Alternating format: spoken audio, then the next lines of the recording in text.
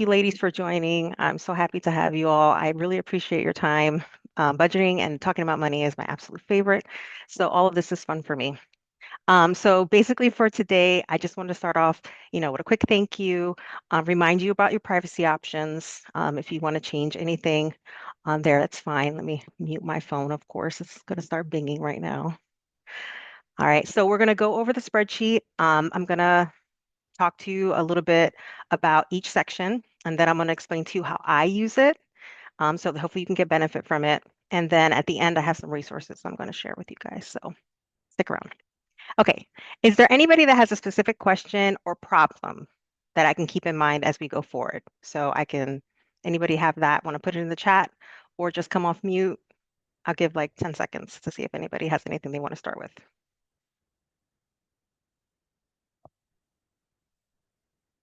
All right, so we'll get started. So basically, this is my budget. Right? I've been using this budget for over 20 years. I was in a really rough time in my life when I had 20 bucks in between paychecks, like I said out in the email. If it wasn't for this budget, I wouldn't have been able to pay my bills. And back then I had a house. So that would have been devastating. So this is my tried and true. I love it. It's worked for me for over 20 years, but it doesn't matter what budget you use. All that matters is that you have one. So it could be digital, it could be on paper, it could be any format you like. As long as you're using it, that's all that matters.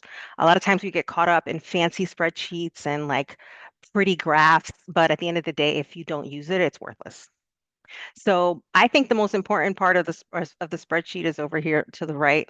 So basically having an idea of all your debts. Like a lot of people don't know exactly how much they owe. If you ask someone like, okay, what's your interest rate? No idea. How many months do you have left? Not sure.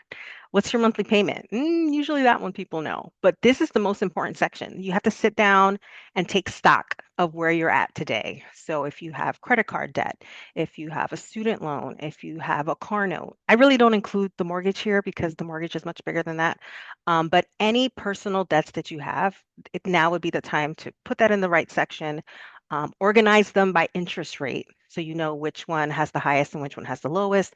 Know what your monthly payment is. Know the day that it's due so that you can align that up to your paycheck properly and actually not forget to pay it or be late. So, taking stock to get this piece done, I think is the most important piece. It's going to help you make good decisions as you move forward with your budget. All right, so in the middle section is the easiest section, is your savings, right? So do you have a savings account?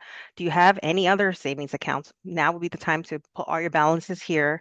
And then you can start tracking from paycheck to paycheck, or if you have any side gigs, you can start putting that money that you're earning and you're putting into savings. So you can easily just, use your Excel and say equals, and let's say, savings might be cell here, B25, stick it in there. You can make it whatever you want.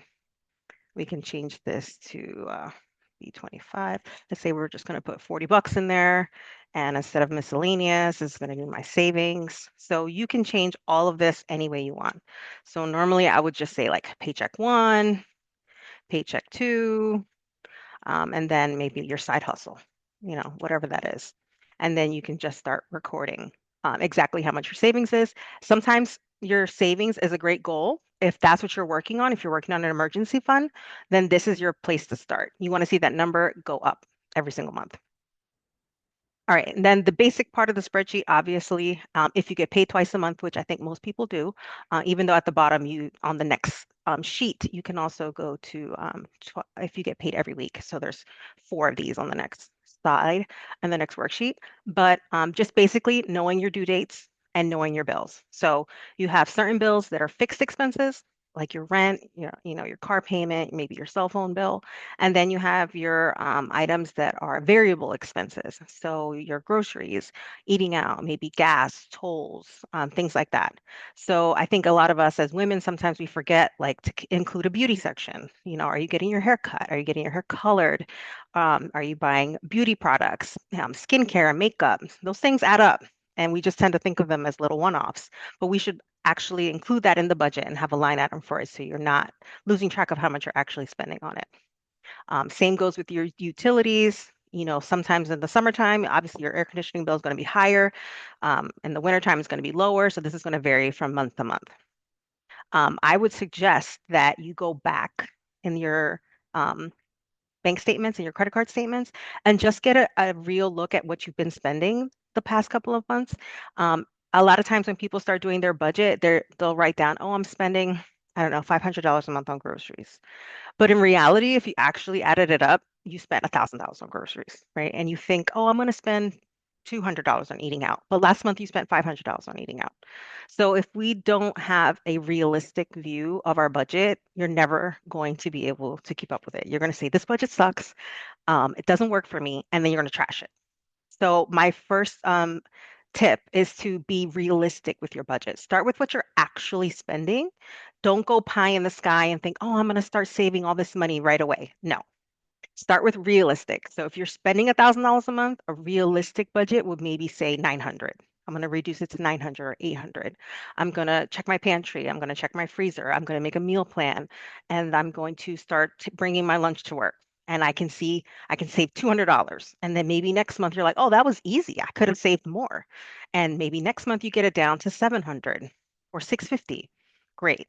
But that's not something you do out the gate. That comes like within a month, 2 months, 3 months after you get a hang of your budget. All right, any questions so far before I keep going? Give a nice long second. Okay. Okay, so obviously you want to line your bills up for your due dates. And I tend to always align my bills with the previous check, right? So normally if I get paid 2 times in a month, that second paycheck in the month will pay my first half of the next month's bills. Now, this isn't always possible if you don't have any kind of buffer in your checking account, but it's something to work towards. So you don't want to have to depend on your paycheck hitting on the right day, especially if you get paid every 2 weeks and you don't really know when that day is going to hit. You want to plan it slightly before so that you're never late. So that's something to work towards. Always plan to pay with the previous paycheck.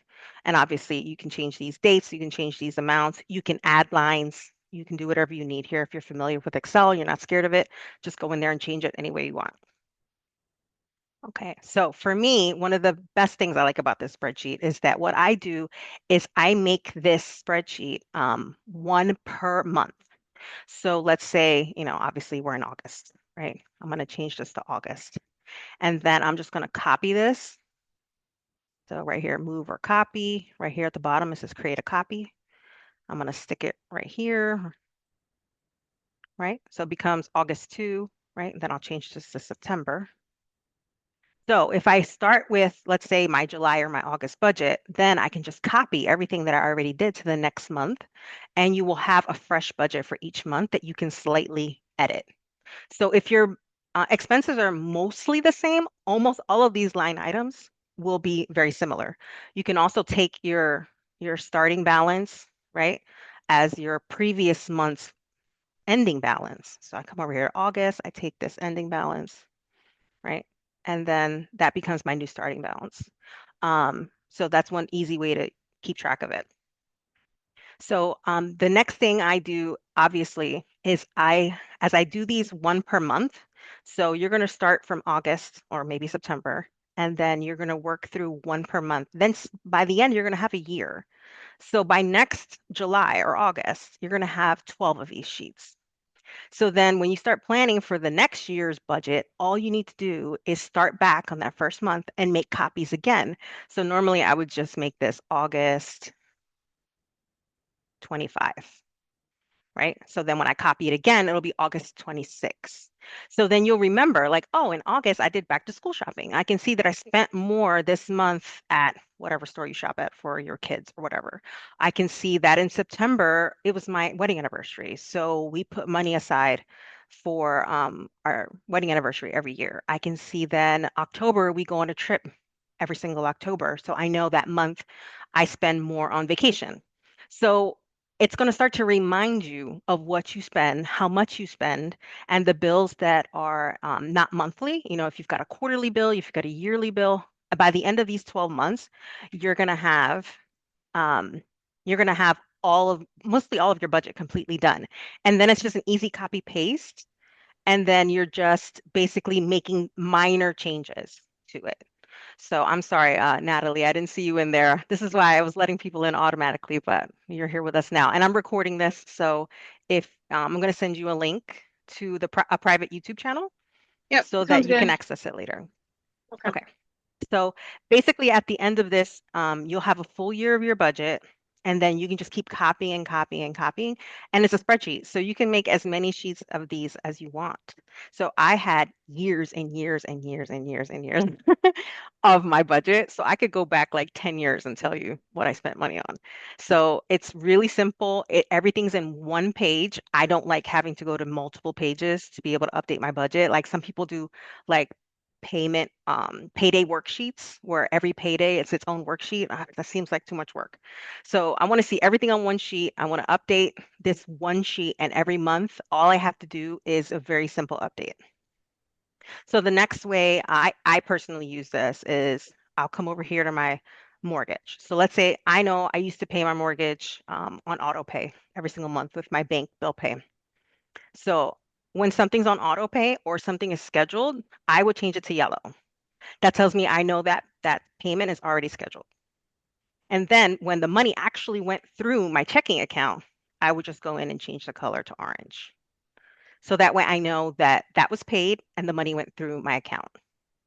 So it's almost like keeping your live checkbook here in your spreadsheet.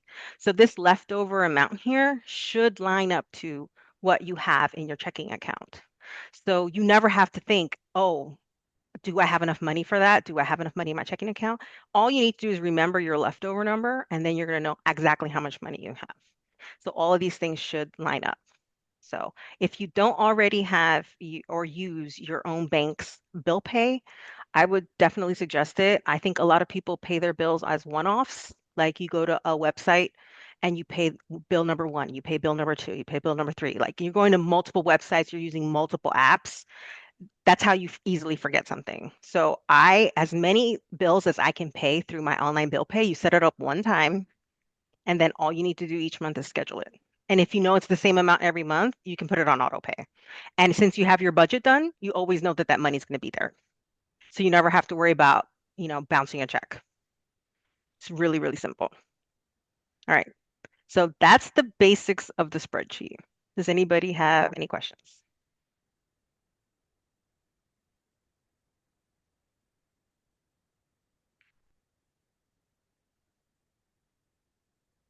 Okay.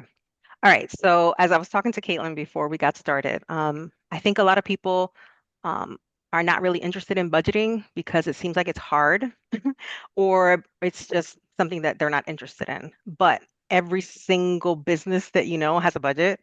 No one can function without a budget. If you don't know what if your money is coming in, how much is coming in, how much is leaving, you're constantly having a question mark in your mind as to what's going on with your money, which I think is super stressful. Like to me, this brings me peace. When my spreadsheet is, to the penny, I feel calm and I feel like I can breathe. So one of the main drivers for me for having a budget is always having a goal. So a part of my book, so I wrote Your Meanest Best Friend's Guide to Personal Finance. I in the beginning I say you should do a dream exercise. So think about your dream life. Like what do you want your life to actually look like? For some people, that's I want to quit my job and I want to stay home with my kids. For some people, it's I want to retire when I'm 45. For some people, it's I just want to leave the US and I want to travel the world. Whatever your goal is, it doesn't matter. It's your dream life. So your budget is going to help you get to that dream life, right? So that's the point of doing the dream exercise so that you see a point to budgeting and you're like, oh, I don't really want to do this, but I really want to go to Europe next month, right?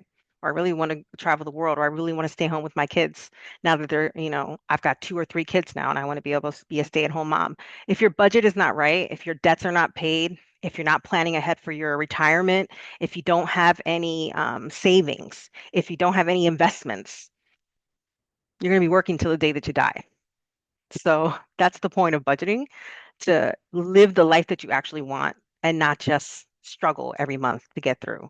So either you're going to figure out that you have a debt problem, a spending problem, or an income problem. So a lot of people say, "Oh, I don't want to budget because what's the point? I don't make enough money anyway." If you're not making enough money, you still have to budget because you're gonna, one, see if you're wasting anything. Is there anything creeping around in there that you don't realize that you're spending every month? And two, if you get to the point where you're making less money than your actual bare bone bills, like you know that you cannot continue in that job. You have to do something else that helps you make decisions. The point of the budget is to help you make decisions in life and make better decisions that's going to lead you to the dream life that you actually want. So, other than budgeting, this is a question from the last budgeting workshop. Other than budgeting, I love real estate. I've been a landlady for, I want to say like 13 years now. I have three investment properties. I'm an investor. I've been investing since my first job out of college. I love to talk about investing, the basics of investing. Every woman should understand. I think a lot of times we say that's, I said maybe my husband takes care of that, or I just don't worry about that because it's too complicated. It's not complicated at all. I truly believe that like TV and media like makes us believe that it's something that we can't do, that it's something hard, that we need help. We need like a special advisor that we pay them all this money so they can do it for us. Mm-mm. Investing is easy. Anyone can do it. So I would definitely recommend if you want to talk investing, if you want to talk real estate. I also done Airbnbs. I've done midterm rentals, short-term rentals. Obviously, budgeting. I've built my own home a couple years ago. I've built a custom build. So there's a lot of things that I'm interested in, but they're all related to your budget, right? If you want to build that house, you need to have a budget. So I'm going to wrap up with um, I have some resources for you guys. I have free resources. So obviously the budget template is on my website. If you don't already have an app to track your transactions and your finances, you should have one. So the one that I use is called Empower. I use it because it's free. It's completely free. I will include that in the email that I send out later. But all you have to do is log in and attach all of your accounts to that. So if you have a lot of accounts, it's a little harder. But once you do it once, that's it. It's set up.